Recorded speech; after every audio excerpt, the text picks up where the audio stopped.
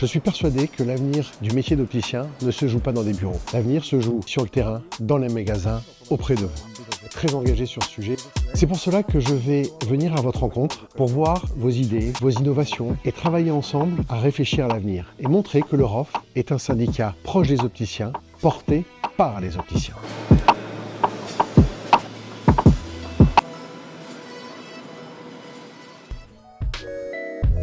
Bonjour.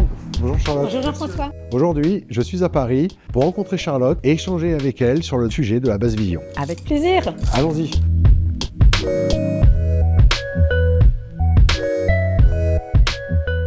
Alors Charlotte, j'avais plusieurs questions à voir avec toi. La première, c'est qu'est-ce qui t'a amené, toi, en tant qu'opticienne, à te spécialiser en basse vision, ce domaine assez important? Bonjour Jean-François, merci de ta visite. Alors j'ai un parcours un petit peu inverse à ta question puisque j'avais envie d'aider. Okay. Et c'est finalement via l'optique que j'ai trouvé ce moyen-là et je suis ravie de l'avoir fait de cette façon-là. Peux-tu me détailler un peu le parcours patient sur le domaine de la basse vision? Alors, on travaille exclusivement sur rendez-vous.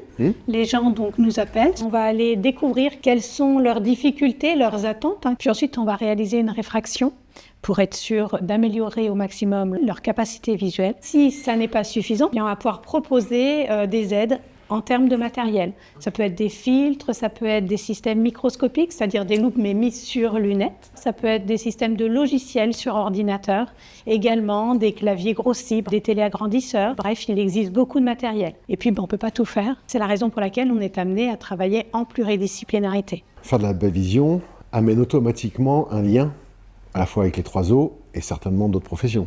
On va travailler avec évidemment les 3O, ophtalmo, orthoptisme, mais pas uniquement. Oui. On va travailler avec des instructeurs de locaux, avec des ergothérapeutes, avec des ergonomes avec lesquels on va travailler pour des postes de travail, adapter des postes de travail. Oui, c'est-à-dire que vous allez aussi vous déplacer sur des lieux de travail. Alors nous, on va travailler beaucoup sur place ici. Ils vont nous expliquer comment est-ce qu'ils travaillent. On va pouvoir tester le matériel et puis si ça leur convient, à ce moment-là, on pourra le vendre. Des idées reçues continuent d'être alimentées.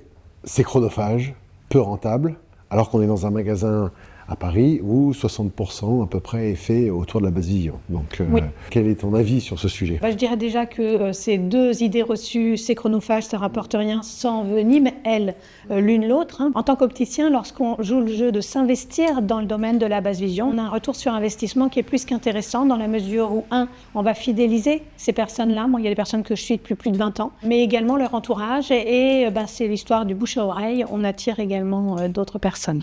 Alors Charlotte, tu croises un opticien sur un salon, qu'est-ce que tu lui dis pour le motiver à faire de la basse vision? Je lui dirais d'abord que c'est une activité ultra intéressante et très enrichissante sur un point de vue humain. Ça donne un peu de sens aussi à notre métier. Le sens nécessaire pour continuer à réaliser une activité 25 ans après et avoir encore envie de se lever le matin pour aller au travail.